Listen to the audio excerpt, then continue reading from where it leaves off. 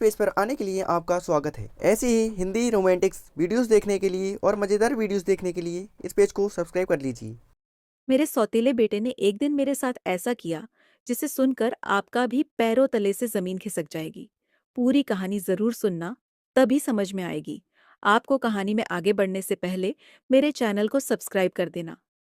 चलो कहानी शुरू करते हैं। मैं अंजलि हूँ और ये मेरी कहानी है। मेरी उम्र 35 साल है और मेरी शादी राहुल के पापा विनोद से तब हुई थी जब राहुल सिर्फ 10 साल का था। उसकी माँ को गुजरे कुछ साल हो गए थे और घर में एक उदासी सी छाई रहती थी। मैं जब इस घर में आई तो सबसे बड़ी चुनौती थी राहुल को अपनाना। वो मुझसे दूर दूर रहता था।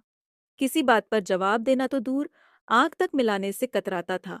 लेकिन मैंने ठान लिया था कि मैं इसे अपना बनाकर ही रहूंगी। धीरे धीरे मैंने उसे समझना शुरू किया।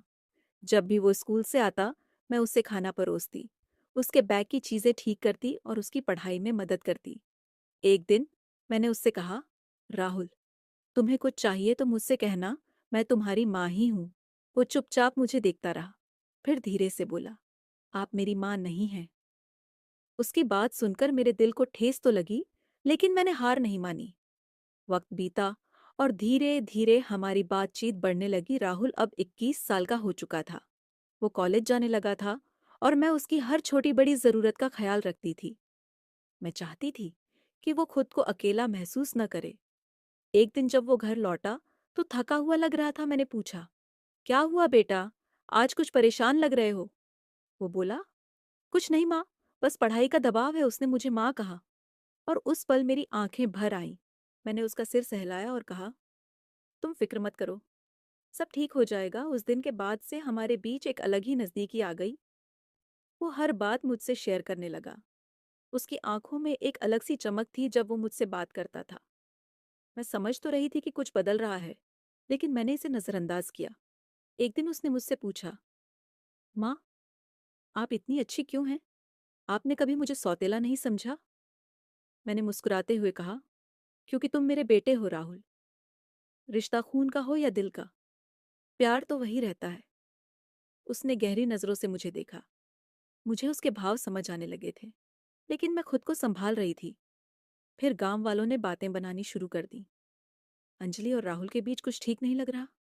किसी ने विनोद को बताया। विनोद ने मुझसे बात की, अंजलि, लोग बातें बना रहे हैं, राहुल से दूरी बनाकर रहो। मैंने विनोद को समझाया कि उनकी बातें बेबुनियाद हैं, लेकिन अंदर से मुझे खुद पर सवाल उठने लगे थे। राहुल एक दिन मेरे पास आया और कहा, माँ, मैं आपसे कुछ कहना चाहता हूँ। मैंने कहा, हाँ बेटा, बोलो। वो बोला, मुझे नहीं पता ये सही है या गलत, लेकिन मैं आपके बिना नहीं रह सकता। आपकी तरफ जो खिंचाव महसूस होता है, वो मुझसे संभल नहीं रही। उसकी बात सुनकर मैं सन्न रह गई। मैंने खुद को संभालते हुए कहा, राहुल, ये जो तुम महसूस कर रहे हो, वो प्यार नहीं, सिर्फ एक भ्रम है। मैं तुम्हारी माँ हूँ और इस रिश्ते को पवित्र रखना हमारी जिम्मेदारी है। उसने मेरी आंखों में देखा और कहा, मुझे माफ कर दीजिए माँ, शायद मैं गलत था। मैंने उसके सिर पर हाथ रखा और कहा, गलती से ज्यादा जरूरी है उसे सुधारना, और तुमने आज जो किया वो तुम्हारी सच्चाई और हिम्मत दिखाता है। उस दिन के बाद राहुल ने खुद को बदल लिया। उसने अपने दिल और दिमाग को संभालना सीखा। मैंने उसे समझाया कि सच्चा प्यार वही है जो रिश्तों का सम्मान करे और उन्हें पवित्र बनाए रखे। आज जब मैं ये कहानी सुना रही हूँ तो मेरा दिल गर्व से भर जाता है। राहुल अब एक अच्छा इंसान बन गया है और रिश्तों की गहराई को समझता है। प्यार की कोई सीमा नहीं होती, लेकिन हर रिश्ते की एक मर्यादा होती है। सच्चा प्यार वही है जो हमें हमारी जिम्मेदारियों का एहसास कराए और हमें सही राह दिखाए। यह कहानी उन सभी के लिए एक सबक है जो अपने दिल की आवाज और समाज के नियमों के बीच फंसे हुए हैं। आपको कैसी लगी, कमेंट बॉक्स में जरूर बताना। धन्यवाद दोस्तों, और चैनल को सब्सक्राइब कर देना और वीडियो को लाइक